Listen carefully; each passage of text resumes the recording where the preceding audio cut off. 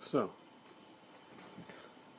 the rewatchability factor videos seem to be going pretty well. So let's do another one. This time, guys, I'm going to be looking at Arrow Video, a popular cult video label based from the UK. If you haven't heard of Arrow, then you should really check them out. They do some really good stuff. Their earlier stuff is better than their later output, but they still do some quality cult films, and they give stuff to the UK people, and even to us here in North America that sometimes you wouldn't normally get, and in a quality and feature-wise that you would normally expect to get. So let's start up my Arrow videos, and let's look at the rewatchability factor. First up is Slaughter High, and this is a case of not good artwork.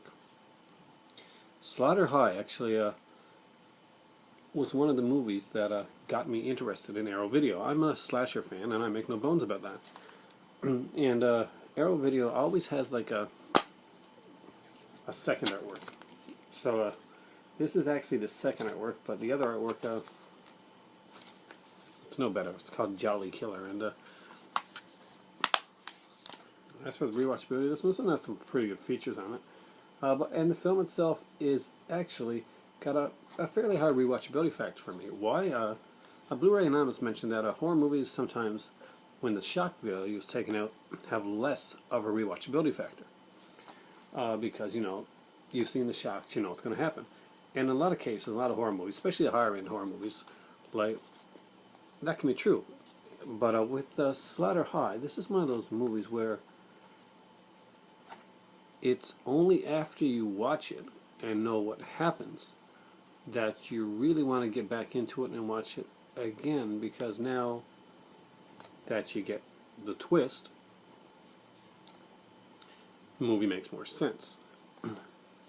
And you can actually enjoy it for what it is, because you'll be WTFing, trust me, throughout this movie. So this one actually has a fairly decent rewatchability factor, especially due to the fact that the first time you watch the film, it's almost like a primer for actually watching the film for the first time, knowing everything. If that doesn't make any sense, check out the movie. Next up is a film that I think is really underrated, and I love this cover, guys. Sleepless. Yeah, of course, this is Argento, and I think Max von Sydow was in this one here. There's some decent features on this. How rewatchable is this? It's a great film, and I rewatch it every once in a while, but I don't know if it's one I'd even watch every year. But it is a film that I'm glad to have in my collection. I will have every Argento in my collection eventually. And this one had the rare Masters of Giallo label, which not many of them actually follow up on with that. Arrow is horrible at following up on things. But yeah, this one here, definitely. It's a low rewatchability factor, but it's good to have in your collection. Next up is another Argento film, and that's Terror at the Opera. Now, Terror at the Opera has two versions of the film on here. This is the double disc set, and it has the uncut international version, and it has kind of the US version. And depending on which side of the camp you're on, you ought to like one or the other. And surprisingly, it's the different ending and stuff that actually some people like the what some might call the cut or the American version better than the international version. They find that the US edit makes sometimes more sense. I don't agree, but to each his own. This one actually, even though it's a murder mystery, it has a higher rewatchability factor with me than, say, Sleepless, because I think this is one of his last greats, and there are some great murder and set pieces in this film. The fact the classic needles under the eyes, having to watch the murder of somebody you know sequence, and the door scene, yeah, this has got a medium rewatchability factor for me. Not an everyday thing, but something I will rewatch. This has one of the best covers of any Argento movie that Arrow put out. The card player.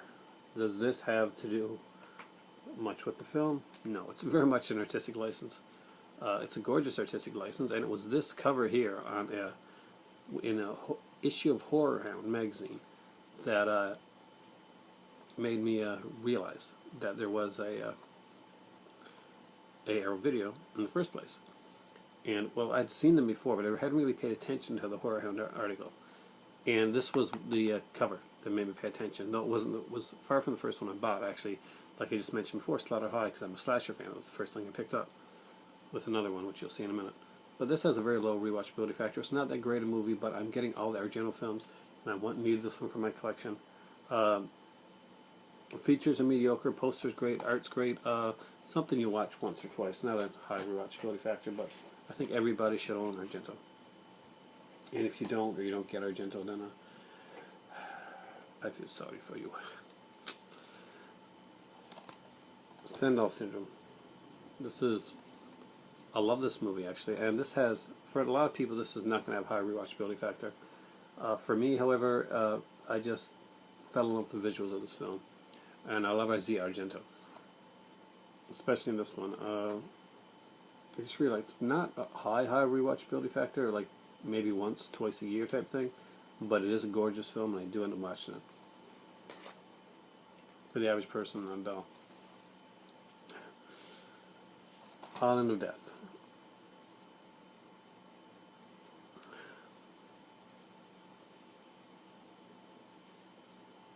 Okay.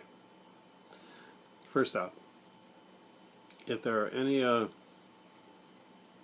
under 18 people that watch my channel right now, don't get this movie. One, it's not meant for kids.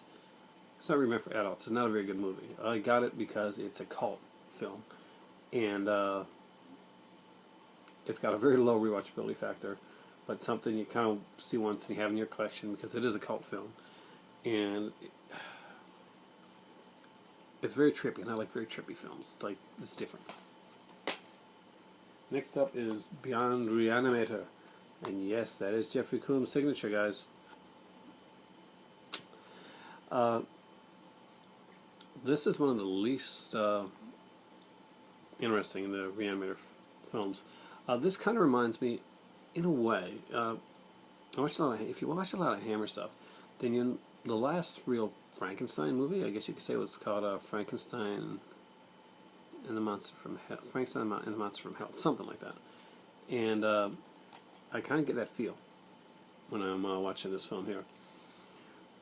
Neither one were the greatest of sequels, but you know what is great? The documentary on this. There's an hour-long documentary on the entire Reanimator franchise.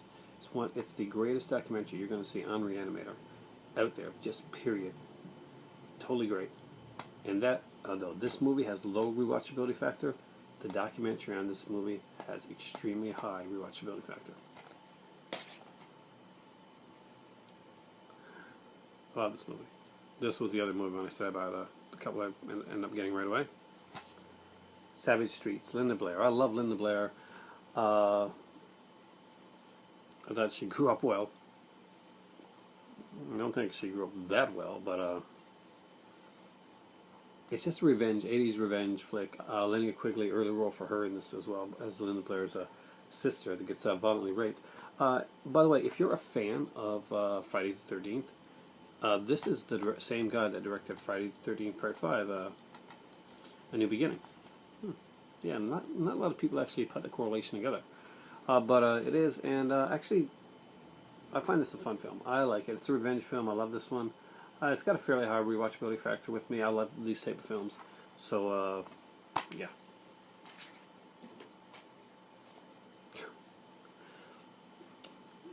Pieces.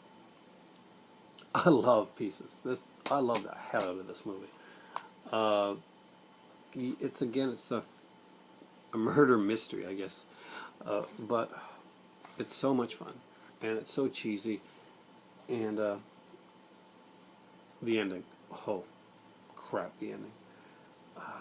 It's a bloodfest. It's, man, this kid's mom breaks up this puzzle he was making of like a nude female, and so he kills her and stuff, and makes believe that somebody else did it. And years later, there's somebody killing people on the campus and taking body parts and stuff. He's got a chainsaw, so you don't have to go to Texas for a chainsaw massacre. This has a decent rewatchability factor, actually. This is actually a very cool, cheesy film, and great features on this, but it's loaded. It's fairly high. You know, this is one of my favorites because I've mentioned it quite a few times, and it's Tenebrae. And although once the twist is known, the twist is known, for a lot of people that's good enough. For me, Tenebrae is one of my favorite Argento films of all time, and I love the murder sets and the way they're done. I love the ending of this film. I especially love the music. I have the Goblins soundtrack on my one of my iPods, and used to have it there for years anyway. I just really, really love this. Great music, great cinematography, fantastically acted film actually, and the killer is quite the surprise. High rewatchability factor. I watch this at least 3 to 4 times a year, sometimes more. If I'm introduced to someone new and we're watching a movie, I want to introduce them to Giallo, even before I show them Deep Red or something like that. Tenebrae tends to be the first one because the ending always gets them. Notice that these have better cases. Things. Arrow took this out. Big mistake.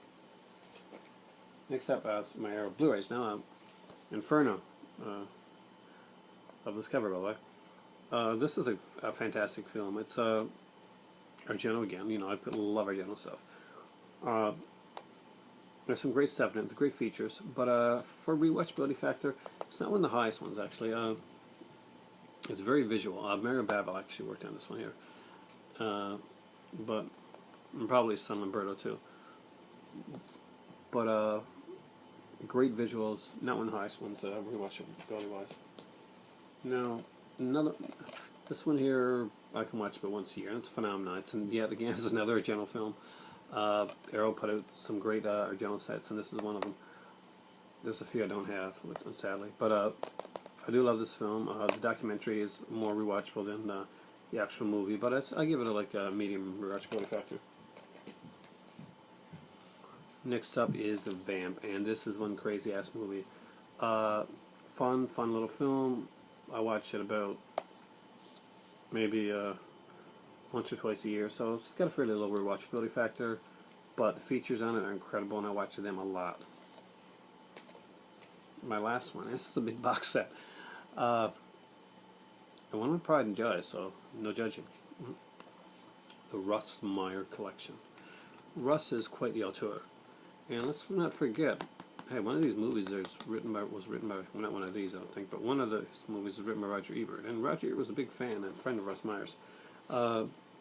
This is a great box set. I'm going to review this on its own sometime, guys. If you want me to hear me review this one, give me a comment down below, because this is a crap load of stuff on this. This has a high rewatchability factor for me because I'm a huge Russ Meyer fan, and I'm a red-blooded male. So, with almost the time up on this one, I didn't expect this one to go so long, but there are some great Arrow films that I got there. But for me right now, this means one thing: the video's over, the kettle is waiting, the music got all moody, and it's time for tea.